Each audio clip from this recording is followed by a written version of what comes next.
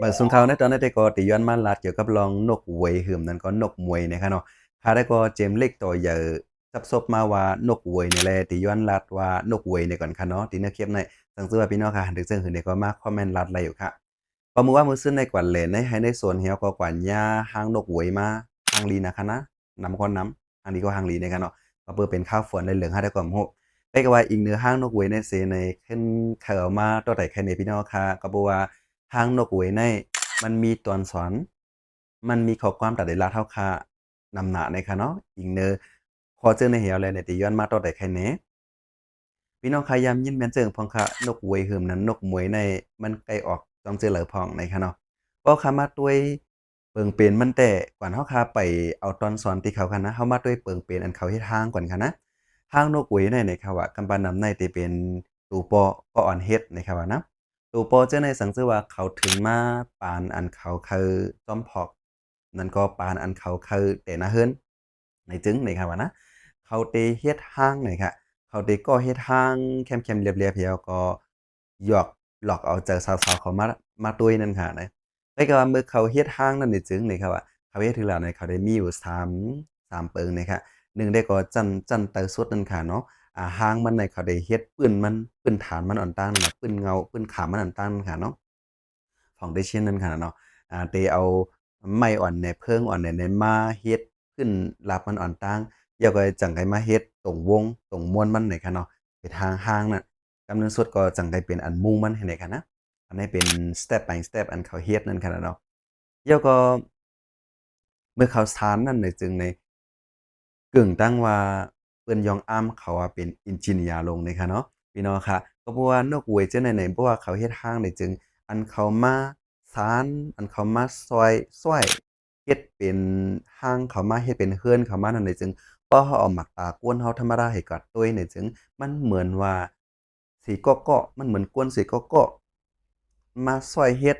อ่ามาสานเฮ็ดไว้ก่อนโหลๆหนึ่งค่ะเนาะก็อีกว่ามีกวนก่อนแล้วกว่าเฮ็ดปันเขานี่ค่ะเนาะ เขาก้วยเอามือเอาตีนเอาซบเอาอ่อนเขาก็กลับมาเป็นอันก็กลับเอามาเพิ่งนี่ก็กลับเอามากำเส้น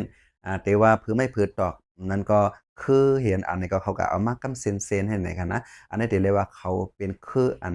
เตอใหญ่เตอยาวติๆวาวานี่ค่ะเนาะพี่น้องครับเพราะขาด้วยนกเวยนั่นค่ะเนาะ ส่วนแต่ว่าเรือนหนึ่งหลังตีเหย้านั่นน่ะจึงเขาเลยเจอข้าวยามเป็นอ่าหลายๆวันนั่นค่ะเนาะบางตัวเนี่ยเป็นเดือนก็มีนั่นค่ะเนาะไว้ก็ว่าอ่าบางตัวก็มันซึ่งว่าเขาได้มีวันมันนี่ค่ะว่านะอันนี้ได้ก็เพื่อเขาก็จะกวนกว่านับวันมันจอมแล้วเขาก็ฮู้แต่ต่อค่ะเนาะบางพวกในอันเขาได้สืบปื้นมันนั่นเขาจะข้าวยาม2 วันแต่กว่าจะได้ เพราะว่าที่เฮ็ดตรงวงม่วนๆนั่นเขาได้เจอข้าวยาม7วันเนี่ยแต่ว่าจังได๋เนี่ยมันมีข้าวยามมันไว้ค่ะนะไว้ก็ดินเนอร์ตอนนั้นได้เขาก็ได้มาลัดแต่ต่อยาวไว้ก็ว่าอันดีอาร์มเสร็จเปิ้นได้ก็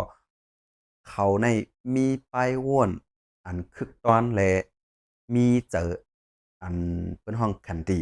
ธิในคันเอาไว้เนาะค่ะมีเจอขันธิมีเจอเยียนกันว่าติหยับพืชกาคือก็เย้าเพื่อนเขาในหนังหือบ่ได้เย้านั่นนี่เขาเฮ็ดมากำลังลอยตองบ่ม่วนหังดีตามาให้ในคณะพี่น้องค่ะไว้สิเขาเย้าๆนั่นนี่ก็ตู่ปอจังได๋ค่ะนะเขาเตวินพัดก็พัดมาวินเล็บก็เล็บมาจอมหังเขาหือสาวๆเขาหานั่นค่ะเนาะเอ่อนกนกเหวยสาวๆจังนั้นหันเพราะว่าหันยาวนี่จึงเพราะว่านาลีสวนเจอนั่นค่ะเนาะเพราะว่าตัวยาวแลลีมันแคบๆคือแคมคันแลบไว้นี่ก็สาวๆจังนั้นได้มาเอื้อมตุ้ยนี่ค่ะว่านะได้มาเล็บตุ้ยเฮือนทางอันนั้นเหที่เขาก็อยู่ตุ้ยเหนี่ค่ะว่านะสังเจอว่าอำเหมือนเจอนี่ก็สาวๆนกเหวยจังได๋เตรียมอยู่จ้อมนี่ครับว่าปกติที่ป้ายก็อยู่ดังตีแต่ก็หาดังก้อนั่นค่ะนะเฮ็ดให้แล้วก็อันเป็นเหมาๆเจออันสร้างเฮือนจังได๋นี่จึง เขาก็คัดเจอเฮ็ดให้สาวๆจั่งนั้นเจียกในเขาว่าติ่มซังกลางค่ำกลางคืนมาก็ยอบเอามาแมงหิ่งห้อยจั่งใดมาตั้งดินเหนียวอันนี้กันนะเขาก็เอาดินเหนียวมาให้ตั้งหิ่งห้อยอันนี้มาก็เอาไปจำในทางเขาให้บ่มีเมียแย่อันนะหั้งบ่โรแมนติกนั่นค่ะเนาะหั้งบ่ทางลีตาจันเจอสาวๆเขานั่นค่ะเนาะเฮ็ดนั้นสินี่ครับว่านะก็กำเลือนก็สาวๆเขาจั่งใดที่เลือกให้เขาก็มาอยู่จ้อมแต่หน้าเรือนจ้อม หมาเจือนสร้างขึ้นทางหลีกคึกตอนนี่ครับว่าเนาะในกาสาวๆเขาเลือกนั่นนี่ครับว่าในกาสาวๆนกเหวยเขาเลือกนั่นใน มีอยู่หลายขั้นตอนนะครับว่านะเฮาสามารถพร้อมได้จำกันแทงคันเนาะสาวๆนกเวยเขาในนะครับว่านะเขาได้เลือกจังหือหลาใน1นะครับว่านะเขาได้กับด้วยเฮือนอันนั้นจองมีรองโห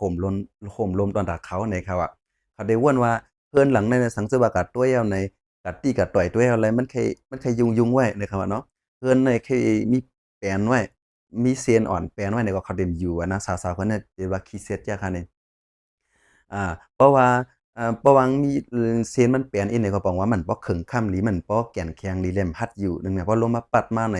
เคอันเขาห้อยไว้จั่งนั้นกงอยู่อะจอมลมนั่นค่ะเนาะเพราะเบิ่นนั่นแหละอยู่แล้วก็แทงอันหนึ่งซ้ำใน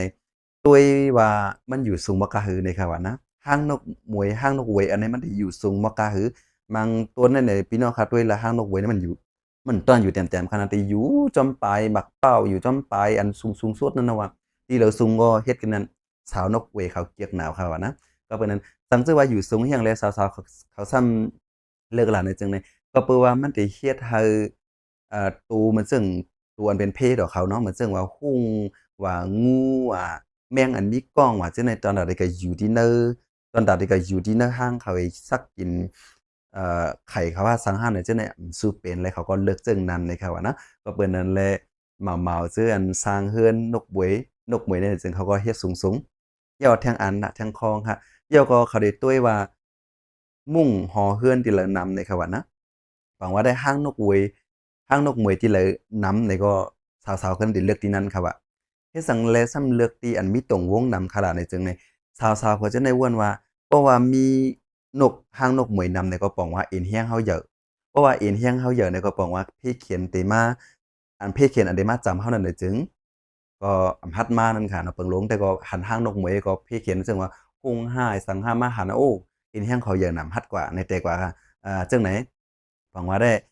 ย้ายกันแฮงยอมพร้อมกันแฮงเยอะอันวันเขาก็โฮมกันให้อยู่นะครับว่านะอันนี้ปองว่าเป็นตั้งเลียดตั้งเซี่ยวของเหยี่ยนเลียดพายของนกหมวยตัวแม่นะครับเนาะตัวพ่อก็จ้อมหนังตั้งยังอ่านอันเขาคาเลยก็ฮักนั่นน่ะซึ่งเขาก็สร้างเฮ็ดมาแคมป์แล้วอะเลือกที่อยู่มันแคมป์แล้วอะนะครับว่านะก็เปิดจั่งนั้นแลในอันคารัดมาจั่งใดแต่ก็ตัวพ่อในแฮมก็เฮ็ดเรือนตัวแม่ในซ้ำก็เป็นก้อนเลือกนะครับเนาะปองว่าได้ก็รายเลือกเขาแลก็อันเฮ็ดเรือนและก็อันเลือกนั่นในป้อคัดตัวยในจึงปองว่าได้ออกออนกบวยสองตัวในตัวพ่อกับตัวแม่ก็ย่อมมันเตือนเลียดแซวนะครับเนาะตัวแม่ใน ว่าเจอว่ามันเฮ็ดทางว่าได้สิตากอตีอันมันเลิกนั่นน่ะซึ่งมันก็มีเงียนอันตาได้เลิกแลนี่บอกว่าได้ควรเฮาก็ก่อนโหลดเลยเป็นจึงนั้นในคันเนาะหรือเลยมีเงียนซึ่งตูแม่นั่นน่ะว่าเปิงหลวงได้ก็ลองห่มลงตัวเก่ามีมอกาหือลองขึ้นอยากตัวเก่าจองมีในแต่กว่าคันเนาะแล้วมันเลยวนกวางๆขวางๆนั่นค่ะนะเกี่ยวกับกวนเฮาคารู้นี่ครับว่าตุ้ยหางนกหมวยเฮาเลยพรย้อนจังหือเลยพรหลีจังหือนี่ครับว่าเพราะจังนั้นนี่จึงสังเจอว่ากวนเฮาตุ้ยหางนกหมวยนั่นนี่จึงลาดเลยว่า น้ำเหรียญหินผาที่นั่นลีเนี่ยครับว่าก็เพราะว่านกเหมยเขาในเขาเต็มเขาหากินหยาบเนี่ยครับว่าเนาะกับปานนั้นเขาจะอยู่ที่ลิ้นที่จ้ำน้ำลิ้นที่ลีใช่ไหมครับเพราะว่าลิ้นจ้ำน้ำลีเนี่ยก็ตัวแมงอันเขาได้กินนั่นน่ะแมงที่แต่งนกจังได๋เขาเป็นแมงอันกินสารข้าวเปลือกข้าวสังหาจังได๋ก็เนาะไว้ก็ว่าพอข้าวอันเขาจ้อมพอกและข้าวอันเขาไข่จังนั้นแต่ก็เขาได้แย่งอานกินตัวสัตว์ตัดแมงเล็กๆอ่อนนะครับว่าก็เบิ่นนั่นแหละ เพราะว่าที่เฮียงๆเหินได้แล้วแต่มีทางกินเจ้านั้นก็เปิ้นนั้นเขาได้เลือกอยู่ที่อันจ้ำที่อันยันที่อันเอ่อมีอายอายเหรียญอายน้ำแค้มนั่นค่ะแล้วบ่เหมือนอันใดตัวแมงตัวสัตว์ตัดแมงอันเล็กๆแล้วเราก็ได้เลือกในเขาก็เลือกอยู่ที่นั้นนะครับว่าเอาค่ะกำเรื่องสดก็ได้คู่ไปลาดก็จอมหนังนกมวยในอ่ำย้อมการสัตว์ปานเขาเสียเลยเฮ็ดห้างเขาตอบว่ายาวเสียมกะตอนตัดได้อยู่รอดกว่าไรนั่นนี่ก็เขาก็คัดสร้าง กวนเนาะค่ะก็ต่อหลดเลยเหมือนนั้นเลยครับว่านะถึงที่เป็นกวนสัตว์ที่มีเงินนำลงเสยตาก็จ้อมหลังอันเฮามีนั่นก็เฮาเฮาเฮ็ดตอนตัดตาปานตัวเจ้าเก่าอยู่รอดไลอยู่นะครับว่าเพราะกัดด้วยหางนกมื้อนี้จึงมันก็เจออันก็กะคันใหญ่สิมาเฮ็ดเสียอันมันเลยซื้อมาเสียอันค่ะแต่ก็มันคัดเจอมันกะหมากกะแฮงมันมีซอยลงลาวิทยาอันว่าหั้นค่ะนะ ก็เบิ่นอันนี้มันเจอการเรียนวิทยาของมันเสียก็เฮ็ดมาเฮือนหนึ่งหลังเสียอยู่รอดไหลในโครงกลางแล้วนั่นได้ปองว่านกเหวยในจึงเป็นที่ลีอ้ามกวนในลอกกาลงในค่ะเนาะนำบ่กึ่งตันฮ้องว่าเป็น engineer ลงในสัตว์ต่างเซงนี่ค่ะเนาะเอาค่ะพี่น้องค่ะก็อะไรแนวลองวนดีๆกว่าสิคำข่าวเบิ่งซุค่ะ